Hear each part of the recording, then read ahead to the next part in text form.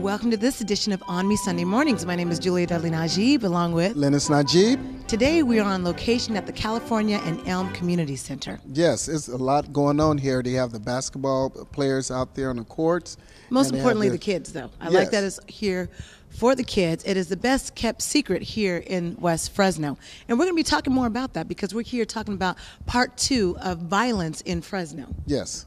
In fact, there's a community meeting that's going on right now. It's, I want to say part 3, really part 2 from the other night, but part 3 of how do we start to take control of our streets, and what they found out even from the, I guess, the bigger community meeting that was all of Fresno, that's about the community taking back its streets. I like the fact that they take an action right now, take a stand, as we see right here, just take a stand community.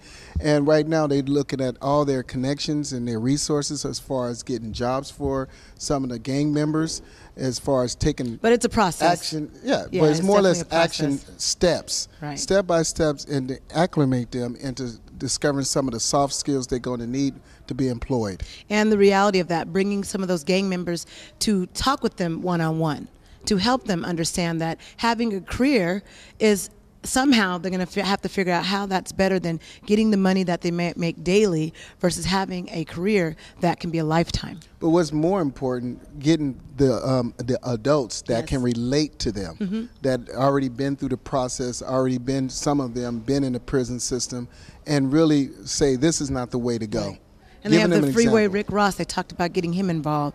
And they explain, and you'll see in those later excerpts about Freeway Rick Ross, who was responsible for selling cocaine to over 42 states, 40 different communities, or 42 states, I think it was, all over. In fact, he was one of the major drug dealers in Los Angeles. And he started the whole, drug ring in that area, so he can relate to them and letting them know this is not the route to go. And now he's doing something different. He is talking to the kids on the street. Yes. He is trying to get from the gangbangers to the young kids a better way, a different life. As we know, this is also the last weekend of our Black History Month, our series that we've been having. And we got a chance to watch the series and hope the series on The Journey. Yes. Okay, and so it wasn't a series, excuse me, but this is the last month, I was saying, of our Black History Month series, and we got to watch The Journey, and we hope everyone else got a chance to watch that on KC24 this past week, a few days ago. What brought some attention to me is the history of something that I did not know. I didn't either. I have no idea the sacrifice and the history of what African Americans went through. And we're talking about St. Augustine, Florida, where people were escaping there. So when they talked about the Underground Railroad, and that was one of the locations that people were escaping to, I didn't get to learn that part. Yes, I didn't. That part got skipped. Yes, I didn't get to learn a lot of this stuff. Also, when they was talking about where the railroad went south, and then how they go north, and how they escaped, and the hard work and the sacrifices that they went through. And to look at when Spain had occupied Florida during that time, there's a lot of things we didn't know about that before it became a part of the United States. It said how a slave was a slave was a slave. That's what the gentleman said that was talking. And it wasn't about color during that time. Were you surprised? No, I was surprised. Yeah. I'd always thought it was just African Americans, period. No. You know what I mean? And it was really about prisoners of war. They were slaves. People were able to buy their freedom. So I hope people got a chance to watch that, called The Journey. And that was we were one of the sponsors for that. We're proud to be a sponsor of that, because this is about new information and being able to make sure the community is aware of this history. Everyone. This is a part of everyone's history, because it is very much a part of the American history. But some people might say, well, why do I care about that? That's in the past. Well, your past is where you are in the present, where you can be in the present and determine where you're going to be in the future. So it's interesting to learn what really happened back in slavery days. Right. And that was one of the oldest cities in the United States, 450 years. When they talk about that, when Spain, and you had, again, the West African heritage that's still there in Florida and strong, and the commingling of cultures where that wasn't really an issue. And again, the issues didn't really arise until you had, again, the United States becoming the nation that it was going to be. And it was the European lineage that began to see race as a problem and as black does not equal, whereas in Spain occupied Florida, it was not the case. That's interesting. It was also interesting to learn how some of the slave owners were mixed breeds, right? They were mixed from Spaniard and ancestry to West African ancestry, and these are the things we got to learn from the journey. So we hope you got a chance to enjoy that. If not, go to our website at amptvnow.com, and you'll be able to click on that link to get more information if you missed out. And also, you can take the quiz. Yeah. You can take the quiz on there. Let's see what you know as far as in Black history that you can relate to and help us. Now they can match up understand. the answers, though. So if you got a chance to watch the journey, now they can do that easily. Yes. Right? And we also talked about, even on Valley Black Talk Radio, C.R. Patterson, the first vehicles. They had made 150 vehicles before Henry Ford. 150? 150 of those vehicles, and at that time they're called the horseless carriage. So the son, Frederick Douglass Patterson, was the one that called it the horseless carriage before Henry Ford was making cars. So to know that the first African Americans were making cars, buses, this is information that we want everyone to know about. But my question is, what happened to them? Why they not? They could not compete. So when you're talking about American society during that time, as far as a lot of those restrictions on African Americans, and looking at what they were trying to do as far as match up the wealth with another huge manufacturer, the Ford, it was almost impossible. Oh, okay. So we hope you got a chance to learn about that. We did discuss that on Valley Black Talk Radio. And Black history continues every day. Every day? It should continue every day. We should be teaching everyone about the culture that has been hidden and that has been misrepresented for years. And the fact that St. Augustine, Florida, one of the greatest kept secrets that we didn't know about and a lot of people don't know about, is an example of why we need to explore more about African American history and all the different cultures that have contributed to the United States and to our U.S. history overall. Yes, one of the major concerns right now is us learning more about it in local classrooms here. And teaching in elementary schools. Sometimes you can't learn it in the classroom. That's what the centers, the center we're at right now. Well, that's what it's about. We haven't learned it in high school really so much. And sometimes you can't learn it there. And when we're looking at standards that are so strict in education, there's other places to learn. Yes. We're standing in the very center here, California and Elm, here in Fresno, California, where the kids will get a chance to learn that. And we're going to be talking about some of those programs that they're talking about right now tonight. As we are sitting here with you this morning, we want to be able to give you that information shortly. We also want to let you know where you can watch ONME Sunday mornings. We're on KC24 every morning at 5:30 a.m. and also on CBS 47 every morning at 6:30 a.m. If you missed both of those because you're tired or had a late night, that's okay, because you can watch us online at onmetv.amptv now. And you can also even listen to a radio broadcast every Sunday at 8 p.m. from 8 p.m. to 8:30 p.m. Followed by that, you have AMPTV Now News. Followed by that, you have Valley Black Talk Radio that's live from 9 p.m. to 12 a.m. That's a lot of information. It's a lot of information. That's why you hopefully you've been following the bottom of your screen so that you can stay on the up and up. And tonight's topics will be, of course, exploring part 2 about violence in Fresno. We'll also get a chance to do that brief review of the red carpet that was at the 2015 Trailblazer with KP, who was the host, along with Feather DeWise. And we also want to show you an excerpt from the town hall meeting with the Fresno Metro Black Chamber of Commerce on health. And then finally, Valley Black Talk Radio, which really relates to our Part 2 forum tonight. So you are watching ONME Sunday mornings. We've got more for you right after this break, so stay tuned for more.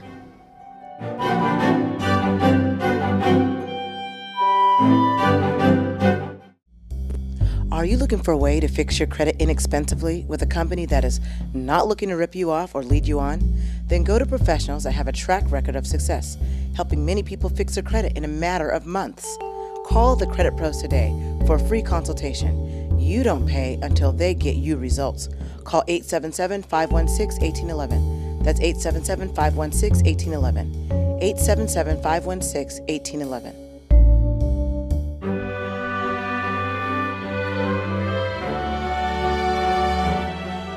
Welcome back to ONME Sunday Mornings. My name is Julia and Lennice, along with Lennice Najib, and we're currently right here at California AM Community Center, where the Take a Stance Committee is right now meeting. Conducting that part 2 that we talked about. Yes. The violence in Fresno. And I think it's going to the next step. They have different events that are here. Before you go into these events, I just want to go over some of the main points that citizens talked about and that you'll be watching in some of these excerpts.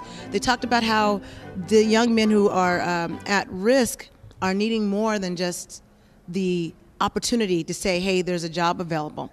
And they talked about being able to have them at a round table, being able to have a discussion with them, because they're finding that the gang violence starts way before they're 12 years old, and they're seeing it when they're 6 and 7 years old because their parents are a part of that, or parents are a part of a gang. Mm-hmm. So they had several different solutions when they're referring to how can we deal with our kids young right now. And so those are some of the parent programs that Take a Stand Committee, who is here at this community center, monitoring these programs and making sure there's something for the kids. And they also went into more or less of a situation where some of them won't even respect the fact of having a job, stating that they make more money in the streets versus being on a job. It would have to be a weaning process. And so some of those programs that you will find here at the center are Color Me Beautiful. In fact, Darlene Laney, who is a well-known artist here in the Central Valley, will be heading that program for girls ages 7 to 17 on Tuesdays from 4 p.m. to 5:30 p.m. And that is to help teach etiquette, helping to teach manners, and some of those things that maybe they don't get at home and they're not maybe getting from the parents. There's a health, wellness, and nutrition class every second and fourth Thursday from 6 p.m. to 7:30 p.m. African Americans have the highest rate of diabetes, heart disease, and other ailments that we don't always take care of. There's also Friday family reading night that they have on every third Thursday from 6 p.m. to 7:30 p.m. where they want to engage parents, they want to engage kids, and being able to have it as a family event. After school mentoring that they have Monday through Thursday from 6 p.m. to 7:30. And so there's a lot of things that are happening here at this center, and Take a Stand, we're grateful for that organization that is helping to be the mediator between all this and get more organizations, get more people involved. It sounds like they have a heart. You have to have a heart in this community and a love in this community to help the African American youth get to their goals that they're trying to reach. Well, let's take a look at these excerpts and we'll find out that the heart is really in the words. And you'll see an excerpt from a community member that used to sell drugs, also and he's from Fresno, and people thought he was from Los Angeles. You'll also see other members of the community that are stepping up and having those concerns and real solutions, though. Finally, we have something to discuss. So let's take a look at that right now. At that school, they have one of the highest exposure rates. That school in Fort Miller. That's a problem. Because anytime you get expelled, you're losing out on your education. And that bothers me. Because then it puts them further behind than what they already are. So by the time now they get to 9th, 10th grade, they dropped out. So this is where they come into the gangs, they come into the street life. So you're trying to make a contact at Gaston? I've already made the contact, just haven't heard back. I think it started way before the age of 12. Of course. It starts way before, it starts like 6 or 7. When you're talking about gangs, you understand, their parents are gang members. It's actually started 3 or 4 years old when you take a picture of your kid, got a blue rag, a red rag, whatever, it starts right there. That's a process that's going to take years. We have to change the imaging of our people because we glorify the wrong thing. We feed and we're going to praise the certain profile with this. I got a current policy at my house about sagging. You can't come to my house with a certain profile. If your pants too low, I'm kicking a 60-yard field, go straight up the crack. That's how I get out. But everybody don't have that mentality to enforce that. We want to go ahead and we put more emphasis on Jordans than the fact that we just blessed with shoes. So I ain't gonna even start with the imaging and that. I have worked in education as a counselor at California State University, Fresno, and also at Fresno City College.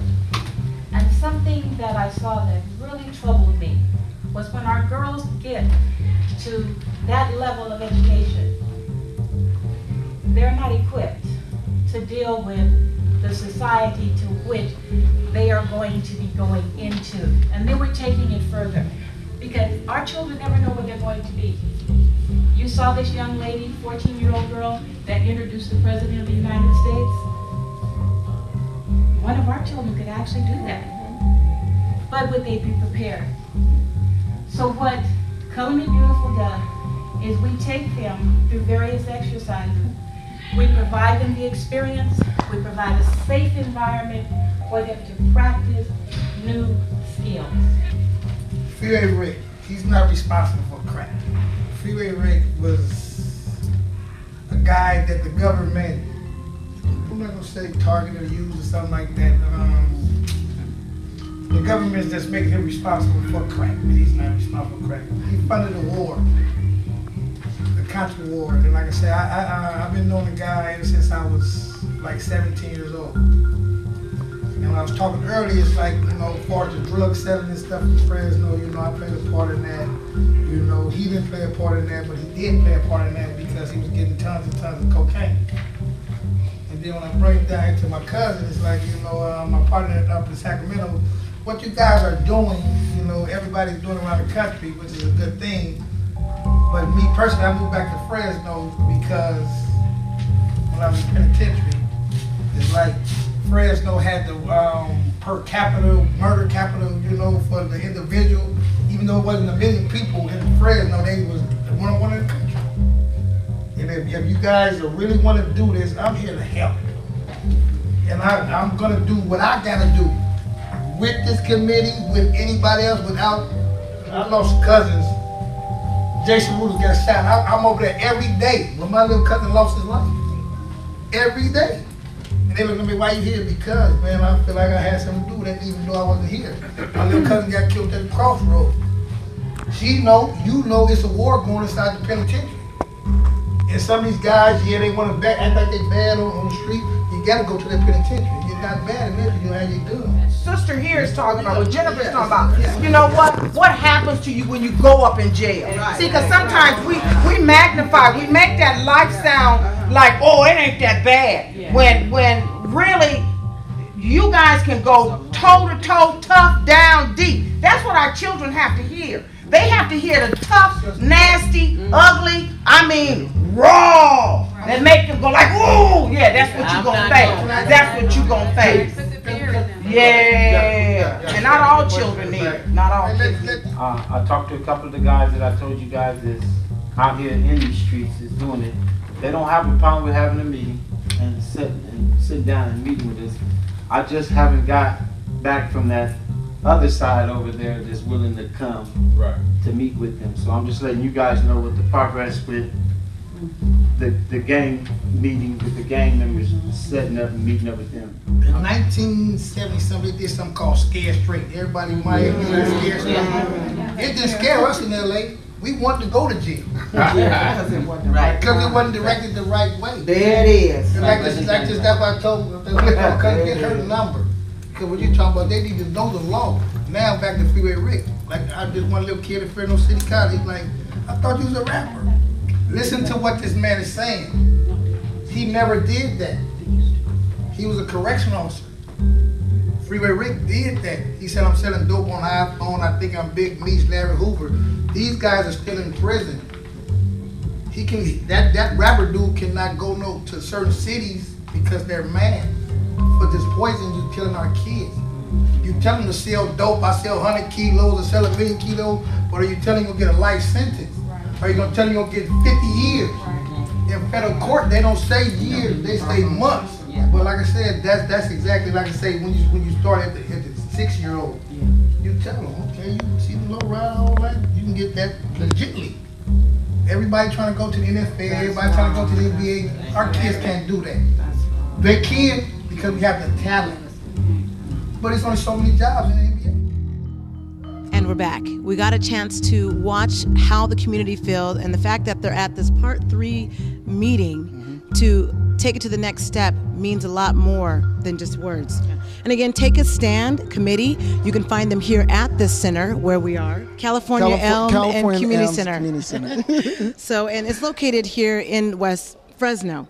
And Take a Stand Committee that is led by Janice Sumner along with her sister Cheryl Sumner. And so they are the leaders of that organization. But again, they're more so of mediators, making sure that the community can come together for change. Now we're going to take a look at this Valley Black Talk radio excerpt where you had myself, Mel Sanders, and also Christensen Fleming talking about how, well, let's take a look at the excerpt.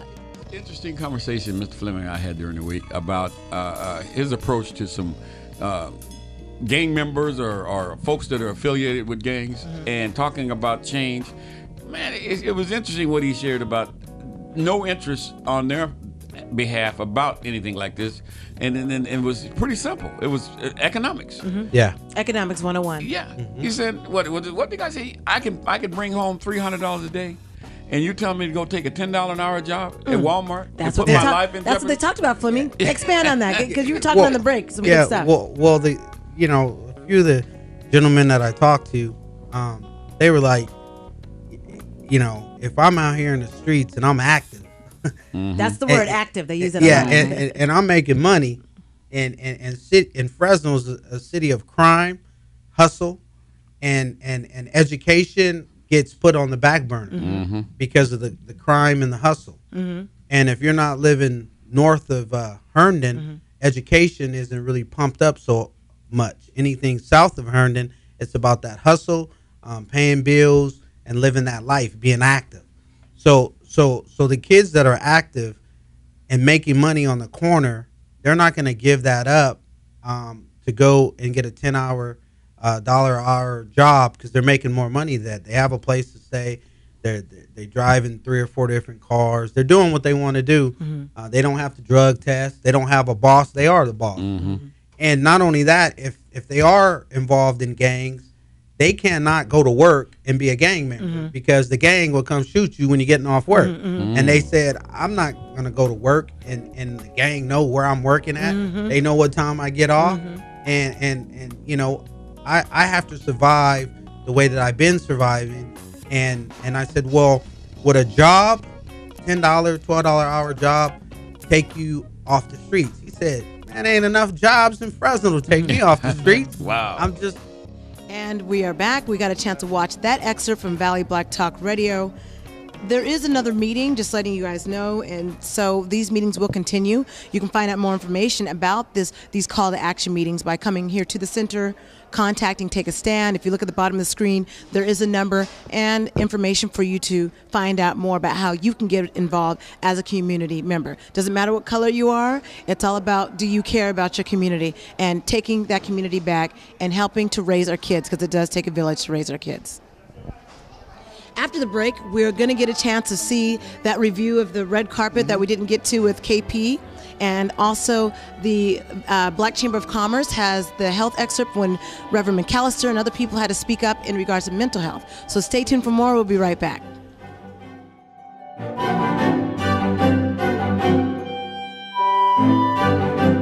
Do you have a structured settlement from a settled lawsuit? Are you currently getting regular payments from an insurance company for that settlement? To turn those payments into a lump sum payment now, call CBC Settlement Funding today. You can access all or just a portion of your settlement. To learn more about getting your money now, call us at 1-800-307-2065 for a free, no-obligation offer. Again, that's 1-800-307-2065.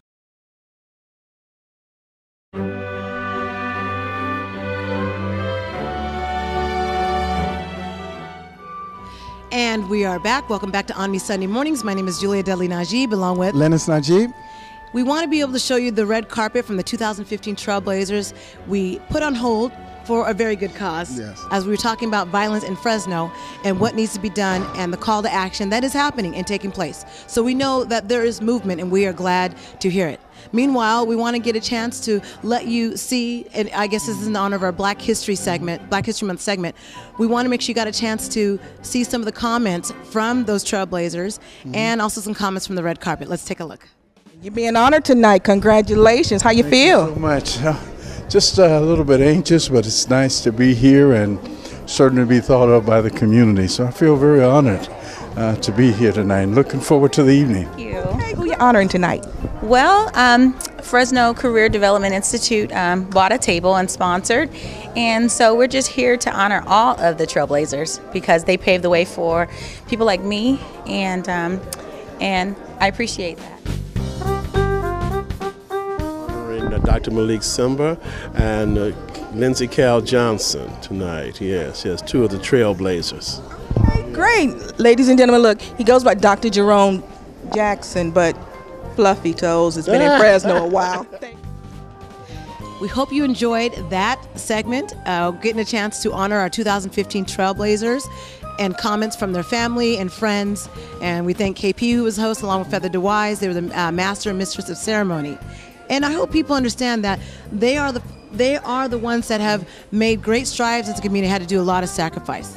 Meanwhile, we want to watch the next excerpt because we didn't get a chance last week to talk about the Fresno Metro Black Chamber of Commerce. Now we'll have that whole thing online starting this Monday coming up.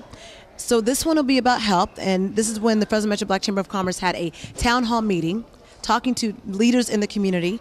And let's take a look at see what they had to say. Church perspective, I think one of the things that we can do, Tate, in our churches is really encourage wellness ministries. And every church can do that. In most of our churches, we have folks who are working in the fields, whether they're physicians, nurses, dietitians, whatever. We can really move that forward, and there's enough of us around where we can collaborate, where we can partner and help perhaps smaller churches develop those kinds of ministries. I believe that all of us are on a spectrum, Tate and Julia, and on one end of the spectrum, we have a good state of health, a good state of mental health, and then the other end you have mental illness. And somewhere in the middle, there's a lot of stuff going on, whether it's stress, whether it's poor relationships, whether it's drugs and alcohol, whatever. And I think that if we can begin to work more in that area in terms of helping, and we might have to go to the outside for this and bring people in to our facilities who can help to establish support groups or help to provide one-on-one or even develop lay counseling within the church system. There's a thing happening with the Mental Health of America where they're beginning to work with the faith community in terms of developing friendly mental health services. And we're back.